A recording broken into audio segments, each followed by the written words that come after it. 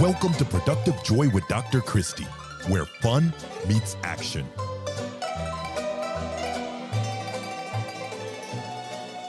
Hi, friends. Welcome to Productive Joy. Oh my goodness, are we going to have fun today with my new friend, Lauree Ostrofsky. Lauree is so many fabulous and fascinating things. She is an entrepreneur. She builds change makers and loves doing it. She has overcome fear and she teaches others how to do the same. She's an author. She is a brand new, to the tune of 24 hours long dog mom. And Kenny is the newest member of their family, and he only weighs 7 pounds. He's a rescue, and I think he sounds like so much fun. She's also a stepmom to teenagers, which was an interesting shift from where she thought she would be right now, and yet she's loving it. And today, she's our guest on Productive Joy. Welcome, Lauree. Oh, thank you so much, Christy. I'm thrilled to be here. I am thrilled to have you. And I know this is going to be a fascinating conversation, but we have to convince our listeners of the same. So what would you say in like 30 seconds to get people to go, oh, I can't wait for this episode? Oh yeah. So I am an awkward introvert and also a speaker and a coach and try to be brave on a daily basis. And I think that it's so important to put that out there immediately, because I think when we see folks out there, especially on social media, but even on stages, who have it all put together, we don't always see ourselves in them. And so I want to say right away, like, awkward introvert right here, give hugs, have created a hug tour, like have, face fear, and it doesn't have to look put together to be successful. Oh my gosh, I adore the way you approach that. So I am 100% extrovert. Truly and completely, that is where I thrive. And yet there are things that are very awkward about me and that I realize I'm a bold flavor, and here I am. And I think what you just ultimately said is embrace who you are and recognize that it doesn't limit you to being, oh, well, only extroverts can do this or only introverts can do that. Who taught you that? How did you figure that out? Because it obviously took some overcoming of fear to get there. Yeah. So I was so quiet as a child in kindergarten. I almost failed kindergarten because I wouldn't tell my teacher what my colors were. This kind of ages me a little bit, but to pass kindergarten, I had to say what my colors were and I had to skip. My goodness. And I was not willing to do either. I'm sure there were other things that were required, but my mom had to come into school to encourage me. She's like, Lauree, you knew your colors before kindergarten. You can tell them to the teacher. It's okay. Oh. And I came from that quiet, didn't speak through school, oh my gosh, years ago, I went back to my junior high and gave a speech to students. And I have to tell you, I stood in the cafeteria where I had been a student. And when I was there, I would never throw my lunch out until the end of the period because I was so afraid to walk into the middle of the room. And there I was standing in the middle of the room. Oh my gosh. So I had all that. And really what turned the tide for me was having something big enough that I wanted to say. Because when there's something bigger than us, it often propels us to volunteer, to help, to speak, to step outside of ourselves because that purpose is bigger than the fear that holds us back. And that took me to age 30 to get there. Yeah. But yeah, it propels me now. That is impressive. Our daughter teaches kindergarten, and watching those kids, like I'm picturing that. And she has a couple who are very vocal and she has others who are that shy. There's nothing wrong with that. But I think, especially in school, we celebrate certain personalities more than others. And we don't necessarily honor the fact that all types of people have to exist, right? Not just those that are figured out how to be good at school. And you pushed past that. Then you pushed past the fear of adulthood and young adulthood and ended up around 30 having something to say. There had to have been a trigger. There had to have been something that said, okay, now it's time for me to speak up. What was it? Well, I was an A student and I, did everything I was supposed to do, had a very successful career in marketing. I was working in New York City. I had my 401k. My mom liked my boyfriend. There's all these things. And And yet I found myself in a health crisis. So at 28, I was diagnosed with a brain tumor. Oh my goodness. And there was no indication health-wise. I was healthy. I ate all my vegetables. I did all of the things. And yet I had this ear infection that wouldn't go away. And they had to do an MRI because I couldn't see anything that was wrong. And that's when they found this golf ball sized brain tumor that had been growing, they think, for 5 years. Oh, wow. And it was in that moment, in the, the year, after, of multiple surgeries and really coming, just napping all day long and really coming back to health, that I recognized what's actually scary versus what I thought was scary. Like, disappointing someone was the biggest, scariest thing before this. Oh my gosh, if I quit my job, everyone would be upset. That would be, that was the worst scary thing. And then there's the hospital. Like, life and death. Suddenly I had a measurement of like what was really scary and what wasn't. And I think that, most children into adults, we do have to understand that delineation to determine what we are willing to be brave about and what we can let go a little bit of. Yeah. Oh my goodness. Well, and your healthy prognosis now? Yes, exactly. I was lucky that it was a benign brain tumor, but it still took 3 surgeries to remove. And yeah, I'm much better now. And I think that I wouldn't have, I'm sure you know well about the blessings that we have, and I would never wish this on myself again or anyone I care about, but I also don't know if I'd be where I am without having something large enough to compel me and propel me onto stages. Yeah. Well, every situation can be used for good, right? I'm not of the thought that, yes, everything happens for a reason, but I don't think that, bad things happen so that, but I do think we can leverage the experiences that we've had. One of 2 things could have happened. It could have caused you to fold in on yourself. Yep. Or it could cause you to open up, and it caused you to open up in a beautiful way. And now you are helping people stop being scared, or to do it scared, right? Like, that's kind of your tagline, is to do it scared. It's okay to be afraid, but do it anyway. How beautiful that you took this thing that derailed your world and put you on the right track at the same time, right? To use a really interesting train analogy, why not? I'm in awe of people who have figured out how to do that. And now you help others do that. So why don't you tell us a little bit about what you do now? Yeah, sure. So I'm a coach, I'm a career coach, and also a business consultant. So because of my marketing background, I launched my coaching business almost 20 years ago now. And so I've used my marketing to help other people at different stages of business ownership, even just the idea stage. And so I often talk about, what's the thing holding you back from the leap? Yeah. Because most of my clients are what I would consider A students. We do the right things. We love instructions. We love a to-do list and checking things off. And yet adulthood, and especially business ownership and our careers, don't have the same kind of checklist that other aspects of our life we depend on. And so that's a lot of the work that I do with my clients, is determining what's going to be your version of that checklist, what's going to be your version of an A in this career, in your business. And that has some scary moments, because every day is unprecedented, especially when you work for yourself. Yeah. There's a new challenge presented all the time, whether you're hiring your first employee or you're summiting your next financial goal, putting yourself out there on social media or newsletters or whatever, there's putting yourself out there just in general in so many different ways.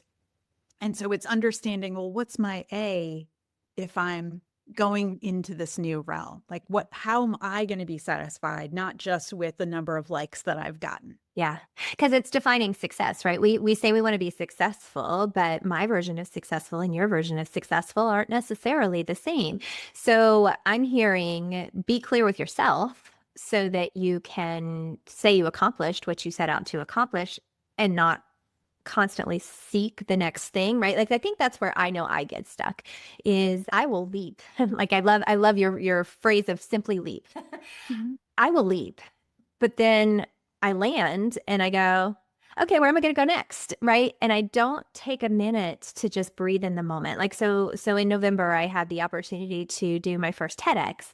And that's a big deal, right? And it's actually due to come out in late January.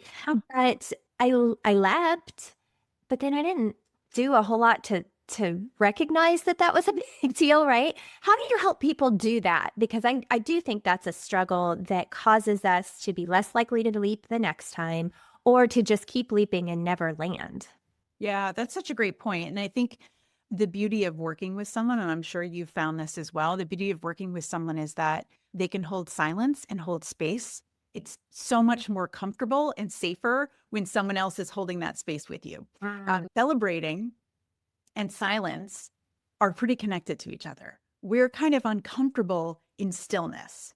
Yeah. And when we achieve something, there is this even momentary plateau. There's this momentary peace and settling of, I got here.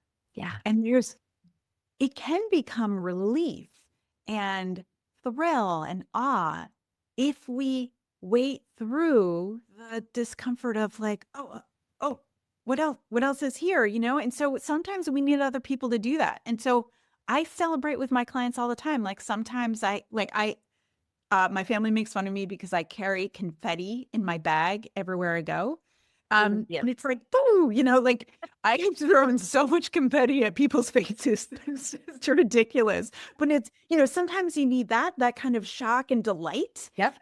And then also that like, no, we get to sit here for a while. Like, what are the ways that you can sit in this accomplishment, that you can go back and relive how this felt 6 months ago or even 2 years ago when it was just an idea. Yeah. And I really think we need each other for that, especially because we are bombarded by the exact opposite, Right.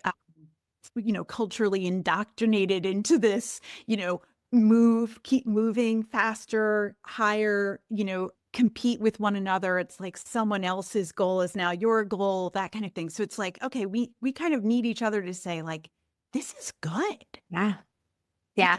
Here. Okay, well, tell your family to stop making fun of you because it's such a great idea. I'm actually a scratch and sniff sticker girl. So I have been giving scratch and sniff stickers to adults for no joke, 20 years.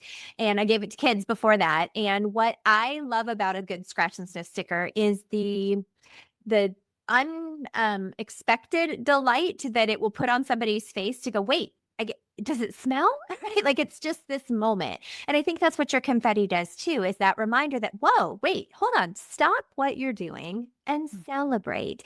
I would call that productive joy. And, you know, my favorite question to ask my guests and the one that I love to hear answers to, because I don't ever get the same answer twice.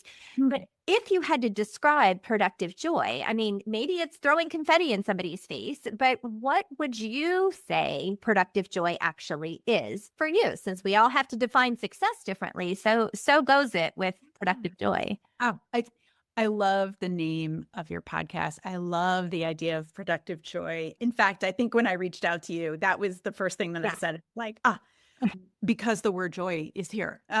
I think you said delight just now. And I think that really is like, if we are not delighting in something in the work that we do, we're missing a key ingredient to our work. And that doesn't mean you necessarily have to leave your job, but if you do, call me. But it's more of like finding the delight in whatever we're doing and owning that, because sometimes delight is one of those things like success, like achievement, that we almost feel nervous. I won an award a few years ago, and I remember I had to prepare myself to go to the award ceremony because the first thing that I thought I would do would be like, oh, no, oh, it's someone else's reason why I won. They nominated me or whatever, like kind of pushing it away. Right. And so I made myself, every time someone said congratulations at that luncheon, I said, that means a lot to me, added to me at the end, because it helped me remind me to own it, Yeah. to bring it in, to receive it. And delight has a receiving quality to it. Be delighted, we have to receive it. Delight has a receiving quality. I'm sorry, I was writing that down because I think that's the key, right? Is that you're giving it to someone else. It's not a solo project, it is a collective opportunity, and you have to own it, right? That means a lot to me, but you're also giving it. And I think that's where the power lies. So, how do you help create it? How do you help create productive joy in the spaces that you're in, besides throwing confetti? That's a good idea. Yes. Well, my second book is Simply Leap, and it has a cupcake with confetti. And yeah, when this came about, I was like, yes. And so there's a lot of those images and symbols in the work that I do. And I think why I said in the beginning that I'm an awkward introvert is because sometimes delight is also awkward. Yeah. Yeah. And so I am awkwardly excited for my clients in the work that we do. I don't know if that's why they hire me, but I think that there's permission in that. Or like, oh, I'm kind of an awkward celebrator too. That's great. Like, whoa.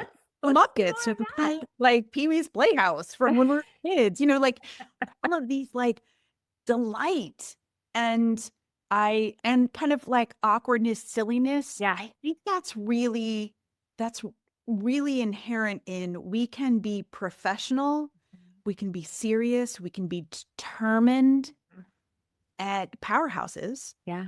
And also silly, funny laughter. I bring a lot of laughter into my meetings because sometimes stuff happens and you kind of have to laugh, even though you're still going to have to get through whatever challenge has just arose. Oh, Lauree, there are so many reasons why we're friends now. And so in my book, there's a whole chapter on making learning fun.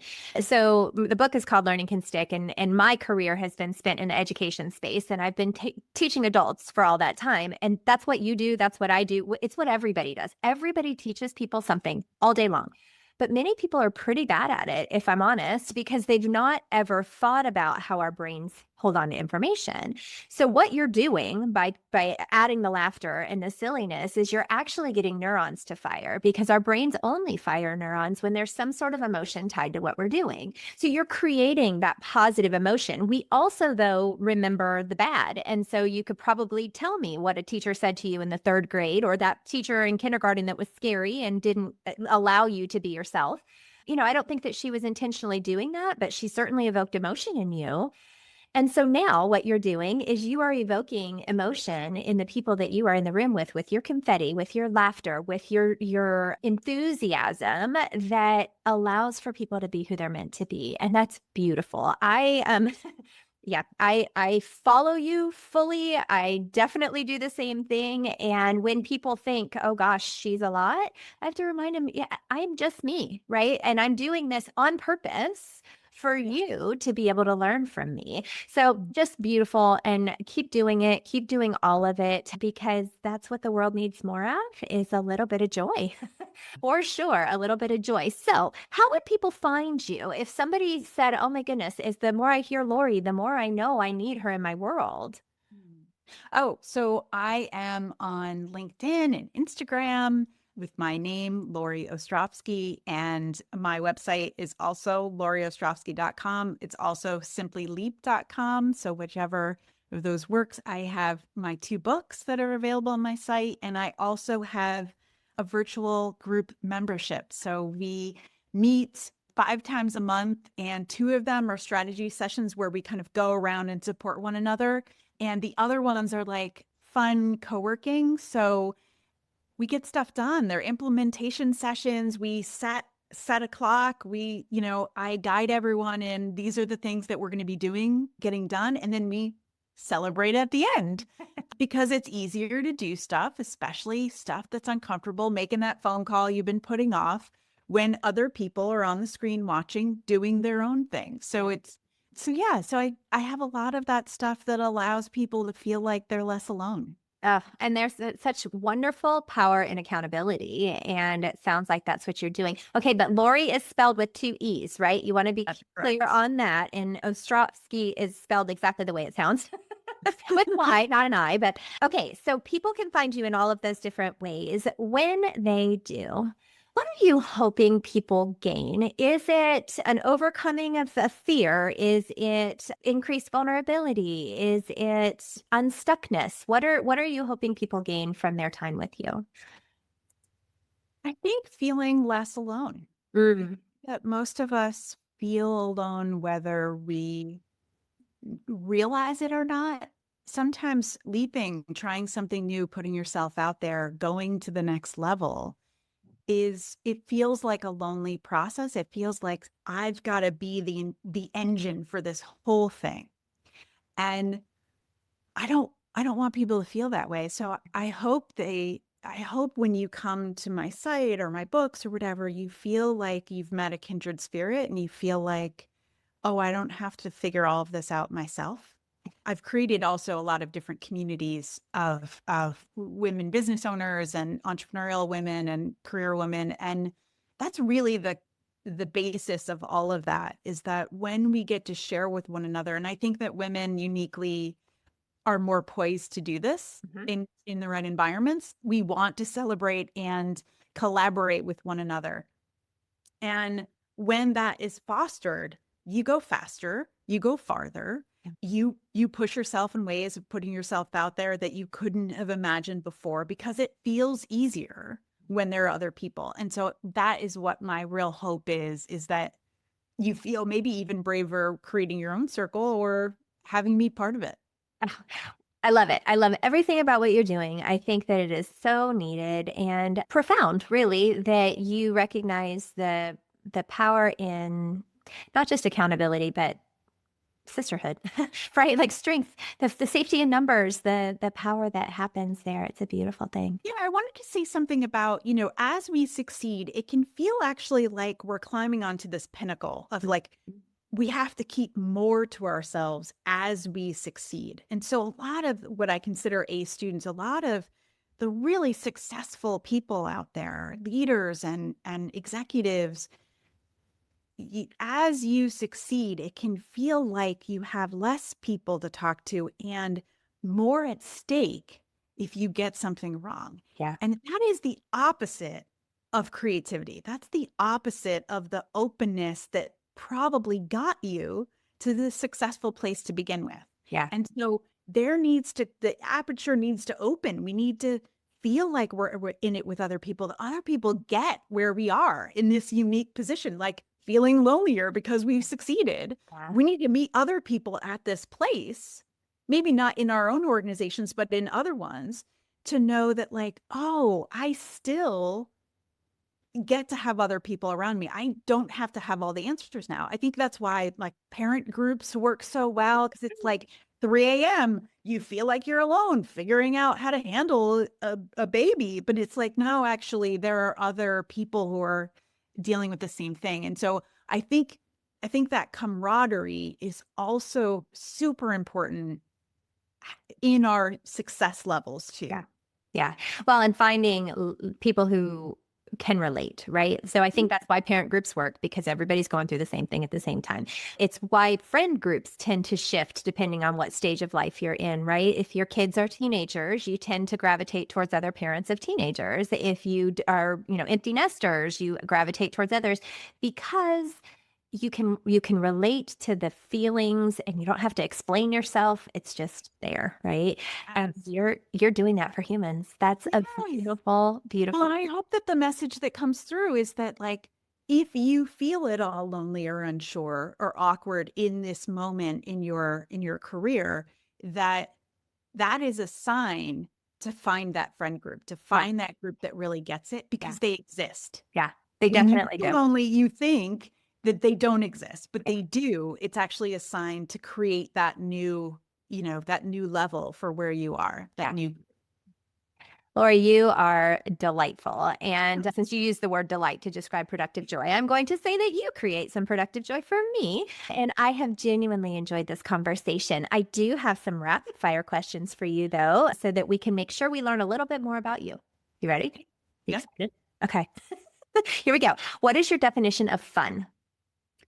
Oh, sometimes taking a nap on a sunny Saturday afternoon, like nobody needs me. The sun is coming in the window. I have this awesome blanket on. Yes, that is like a cat. You're just curled up. You and Kenny can curl up and exactly. Oh, that's fun. Okay. How do you know that you are showing up as your authentic self? Oh, okay. So I had mentioned to you that I had just traveled to Puerto Rico, which was wonderful.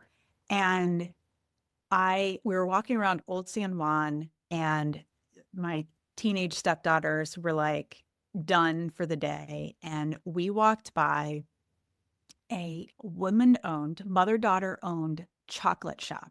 Oh my goodness. And it was on, the sandwich board outside, and my entire body was like, that was like the Venn diagram of like my favorite things. Supporting women-owned businesses, small businesses, and chocolate. I love that. And so I was like, so the kids took a picture of me outside, and I was like running in and like almost hugged the owner, even though we'd never met before, asked her about her work and like the cocoa farm that they have in Puerto Rico that, so that is my authentic self. I would say I would say the napping is also my authentic self, but when I'm out in the world and I feel really connected to people doing what they're meant to do, I just want to support it. I just want to add as much light and energy to it as possible. Well, and the word that I would have used when you were describing that is unbridled, right? Like you just to be like, oh my gosh, this is the best day ever. And then giving back to something that you believe in. I love it. Great answer. Okay. How do you channel your best self on your worst days? Okay. So I have a puzzle going at any moment in my office. So, yeah, I think you posted about that. That's so great. Okay. Yes. Puzzle going at any moment. And puzzles came about just a couple of years ago when I realized that life and work aren't easy, solvable question. And yet puzzles are. Puzzles, like any piece I pick up, I know has a place, and I just have to sit with it long enough. And technically life kind of has that to it, but like when I'm having a tough day, I will sit with the puzzle. And because it's like, okay, if I put a couple things in place, I feel more like I'm coming from a more stable level to handle the trickier puzzles. I never thought about it that way, but I think that is very much what I appreciate about a puzzle. So puzzles for us used to be like at Christmas time, we would put puzzles out because we would always travel for Christmas and we'd be in a cabin, and I had, hours of focused time. And then when I came home, I was like, why don't I do this all the time, right? And so it's been a while. We rearranged the house and whatever, and I took my puzzles down, and I just put one up last night. I guess it was just last night. And what I think you said that resonates with me is this is predictable. There's order to this. And if I sit with it long enough, I can solve this puzzle where the rest of my world doesn't look like that at all.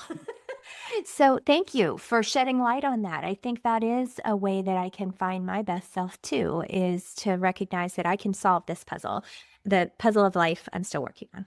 Right. And I think in the education realm, what you're talking about, it's the same kind of thing. Sometimes we need to give some easy puzzles when we're facilitating in order to build the confidence to solve the tougher ones. Yes. Oh my goodness. Very profound, Lauree. Very profound indeed, which is going to make this final question a tough one. So by nature, since we've been talking about brain science, our brains can really only hold on to one major idea in a 30-minute time span. And you've said some beautiful things. You've talked about being uncomfortable in stillness, that delight has a receiving quality, and that's really what productive joy is. Or maybe it's just trying to feel less alone by finding like-minded people. All of those are wonderful tips. But if people can only remember one thing from all the things that you've said today, what's the one that you want to leave them with today? Yeah, so we've talked a little bit about being scared and doing it anyway, which is the title of the first ever speech I gave and my first book. And I think the through line for me in our conversation is about self-kindness. I think that for us to look externally for our support network, it requires self-kindness first. Yeah. We have to trust ourselves. We have to want to support ourselves Yeah. in our aspirations and in our achievements. And we need that self-kindness in order to find that support and to give it to ourselves. Having the puzzle is a self-kindness Yeah. that I have because I know other puzzles are harder. Humor. So I would encourage people, especially at this time of year, to feel like we don't have to barrel through whatever's in front of us. We don't have to always have a brave face. We don't have to be the high wattage powerhouse. I mean, it's great. We have those moments where we do. We can also be really kind to ourselves throughout and still be brave and successful. Oh, said so well. Thank you, Lauree. Thank you for choosing to share your brilliance on Productive Joy. Thank you for choosing to share your brilliance, period, and for truly changing the world with what you have to say. It has been a true delight to spend time with you today, and I know our listeners felt the same. Oh, thank you, Christy. It's been such a pleasure. Yeah, fun stuff. And okay, friends, here's the hard part is that Lauree did say some really brilliant things, and it's not okay to just listen and be a consumer. You've got to do something with this information. So I don't know what your something is. Maybe it's to reach out to Lauree and say, hey, I need more of you in my life. I need to discover what this looks like for me. Or maybe it's just tapping into the community that you've already developed and saying, I'm tired of doing this alone. Or maybe it's setting up a puzzle so that you have something that you can solve today, even though life doesn't feel that way. I don't know what your something's going to be, but I do know that you need something, because today and every day, my challenge for you is to figure out a way to turn fun into action.